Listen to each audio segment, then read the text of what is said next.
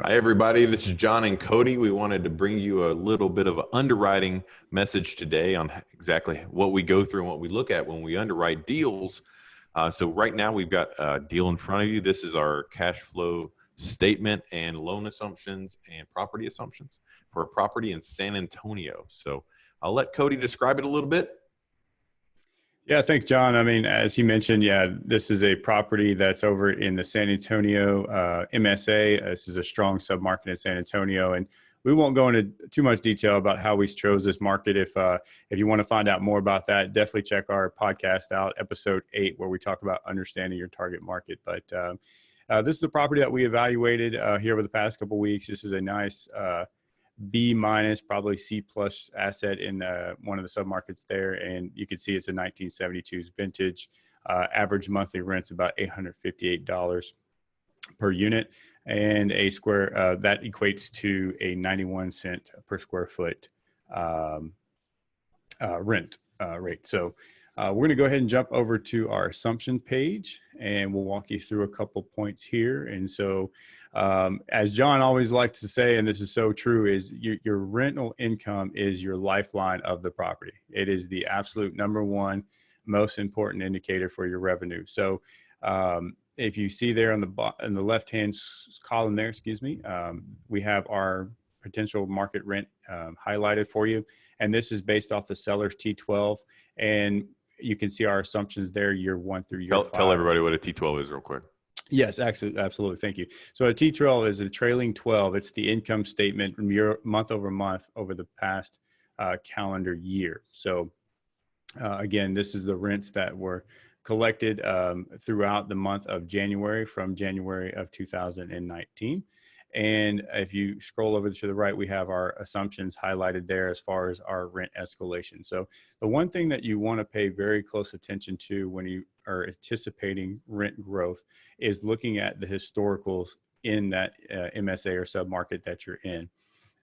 You really want to make sure that you're projecting growth that is right in line with what the market is doing. And so unfortunately, though, we find ourselves in the circumstance with the COVID-19 pandemic, and we're seeing unprecedented unemployment claims and job losses. And so the big question is, well, how do you project that? And what do you anticipate as far as rent growth? So if you'll notice here in our year 1, year 2 column, we anticipated a very, very conservative 0.5% rent growth in year 1, and then a 1% rent growth in year 2. Because we do feel like it's going to take at least probably a year or two to recover from what we're going through. Yeah, and I'll just quickly comment on rent growth scenarios. So normally consumer price inflation index is around 2-point-something%. We've got below that, so we've kind of got a disinflation environment. And a classic example of a disinflationary or deflationary environment is the commodity market. So actually just look at any commodity market. I mean, if you're in Texas, you know what the price of oil is right now. This is a classic disinflation market right now, especially as you have unemployment coming up. So while we're not assuming negative rents, we are assuming below inflation on rents for year 1, year 2, and then kind of getting back up to that median level we would be expecting. Absolutely. And that's where you see that in year 3 and year 4, which is, the average rent escalation in this market historically has been around 3%. So we do see that being able to achieve and stabilize again around year 3, year 4, and year 5. So Cody, talk us through the revenues up here. So we've got the trailing 12, but people will notice they're like, hey, you don't have any loss to lease. What the heck happened? And why are you assuming that? So just step us through that mechanism. Yeah, absolutely. So the loss to lease, just for anybody who's not familiar with that, is the difference between what the market rent is and what is actually being collected on the property. So for the rent, And so one thing that we wanted to make sure that as far as a value add opportunity here is, as opposed to capturing rent escalation in that year 1, we really wanted to capture that loss to lease. We wanted to be able to recoup that. And so that's why you see that disappear. And so we don't want to double dip, right? If you assume that you're going to be able to capture loss to lease and raise rents by 3%, for example, in this case, you're essentially would be anticipating what did it calculate to be, John? I think a 6% rent Yes, escalation. 3 + 3, right? 6, right? So the key for everybody to understand is if you're going to burn off loss to lease, that means you need to inject some capital into the property to renovate the exteriors and the interiors, and or put some upgrades in. So it's a capital infusion. If you don't plan on doing that, you have no right to effectively burn that loss to lease off unless there's just some major deficiencies in your marketing and processes on the property. So that's case by case. But the key thing for this is, if you're not doing that capital injection, don't assume rent growth is going to go 3%, and just because somehow magically you're going to burn off the loss to lease by 3%, because you'll effectively be doubling your revenue growth year over year, when in fact that might not become economic reality because you have no impetus of that capital injection. Absolutely. Great point. All right. So basically we took it out.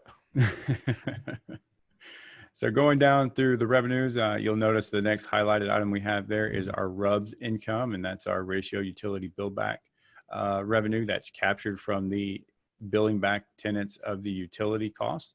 And you'll notice here that we have kept that assumption very much in line in year one with where we are now.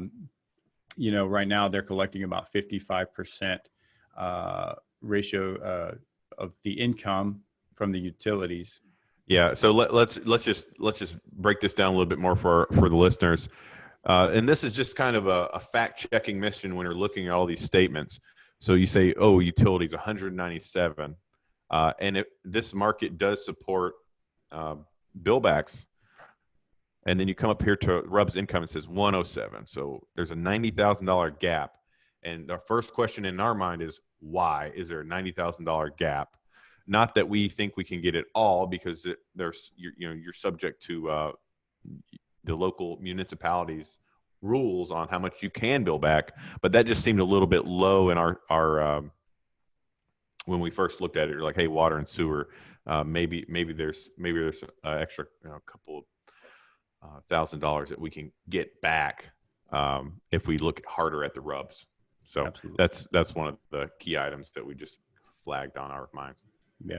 And one comment I'd like to make with that, John, is you want to make sure that you tap into your local municipalities and understand the laws in those different municipalities and governments, because every market's going to be different. Every market's going to allow you to capture a certain ratio of the utility bill back. So you really want to make sure that you understand that and make sure to not exceed that assumption. Yeah. And speaking about having professional people on your team, guess what the number one expense here is in Texas, usually on a multifamily property?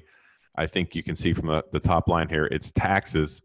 You have to call your tax folks. You have to be tight with your local government on how that works. And you'll notice, and this is important when you're doing underwriting, especially when you're buying a property and effectively resetting the value of the property, the state is going to come in and reset that property value. So if you're ever looking at anybody's underwriting and they have a low value on their T12 for taxes, and they continue to have a low value for taxes, that is red flag number one. Yeah, absolutely. And just to piggyback off that, John, that is a huge expense. As you can see here, the difference in our expense assumption there. You really want to make sure that you get that accurate, because that will absolutely kill your expenses and your underwriting. So make sure that you absolutely get with your local tax assessor and get an idea on what that new assessed value might be. So. Yeah, this is important for Texas. Obviously, high property tax state. Some other states, this might not be as big, but it's still material, especially when you're kind of resetting the value of that property when you conclude the transaction. Absolutely. And then speak a little bit more about insurance. You'll notice we've got $75,000 in our T12 for insurance, but $127,000 in year one. So, Cody, step us through what the role of insurance is and why is it going up? Yeah, yeah, it's a great assumption, great point there. And what's important for people to know is that anytime a property is being traded, and even every year, these insurance companies are going to be reassessing the policy and the premiums, right? And so, anytime that we buy a property, there's going to be new assumptions for increased costs to rebuild, costs of construction, things like that, which is going to drive your premiums up. And especially right now with the circumstance we're seeing, we've seen premium hikes as high as 30% in certain areas and certain markets. And so this is why you see such a large difference here is, we're anticipating that hike in that premium. So yeah, and this varies by market, but I think there's a general trend. What the insurance brokers will tell you, the rates are hardening. Hardening. That means they're increasing. That means other carriers and reinsurance providers are actually kind of pulling out. So there's less supply. Therefore, the market tightens up, and you see these types of inflation. But again, this is important. You need to have insurance brokers on your team that understand this market and understand the projections going forward so you can account for this. Because you could say, okay, well, I'll do a jump from T12 to year one to 20%. But what does year one versus year two look like? Is that another 5 or 10%? What does that projection look like? Absolutely. Yep. Absolutely. All right, John, let's jump down. We have repairs and maintenance highlighted here, and we do see a difference in the T12 versus what we have in our pro forma as well. And wanted just to highlight here, one of the things that we were discovering when we were evaluating these T12s is that there were some capital expenditure items that were expensed as repairs and maintenance. And so what we were able to do is actually extrapolate that out and tack that onto our capital X budget as deferred maintenance. And give us a better understanding of what our true repairs and maintenance costs would be. So that's why you see that difference there. Yeah, this kind of goes back to my first point about CapEx when we're talking loss to lease. If you're going to truly burn off loss to lease, you got to have a injection of capital. Same thing on the repairs and maintenance. We found out a lot of expenses effectively that should have been capitalized prior were actually getting rolled in here. So as you see lower expenses up top here, we said, okay, well, we need at least $300,000 in CapEx to get that R&M expense down for the next 5 years. So there's always a trade-off between your ongoing operation expenses versus the capital injection that you put in there that usually bumps rents or decreases expenses. And in this case, this CapEx is focused on decreasing and curing some of these maintenance items. Absolutely. So that's just a general recap of kind of what we look at when we're doing underwriting. All these highlighted fields. These are where our big priority items we draw attention to first, and we make sure that we have a great understanding of what these expense and income items are, and then that's how we that's what we use to determine what our return profile will be, as well as our deal structure.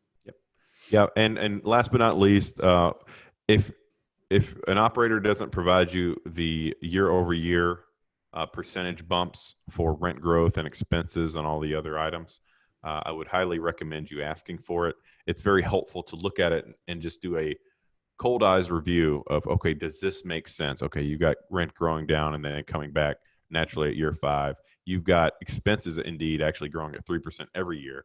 So that helps you. That makes you feel good. If you saw the rent growth at 6% year over year for the next 5 years, and somehow operating expenses were only at 3%, with rent growth being at 6-8% for 5 years, that should be a red flag in your mind. Especially if you come over here and find expenses operating at 3%. That's a big spread and a big assumption. An aggressive assumption that the underwriters are making. So just do the sanity check, look at these year-over-year growth rates, operating expenses, and revenue, just to do the sanity check and just start asking some questions. And this is a very helpful table to help everybody out. But Cody and I are going to do some more of these videos as we kind of go along our underwriting process, just so people can get the sense of the philosophy and what goes in behind these things, because this is the heartbeat of the deal. So anyways, thanks again. Appreciate it. Thanks, guys. Thanks, Cody.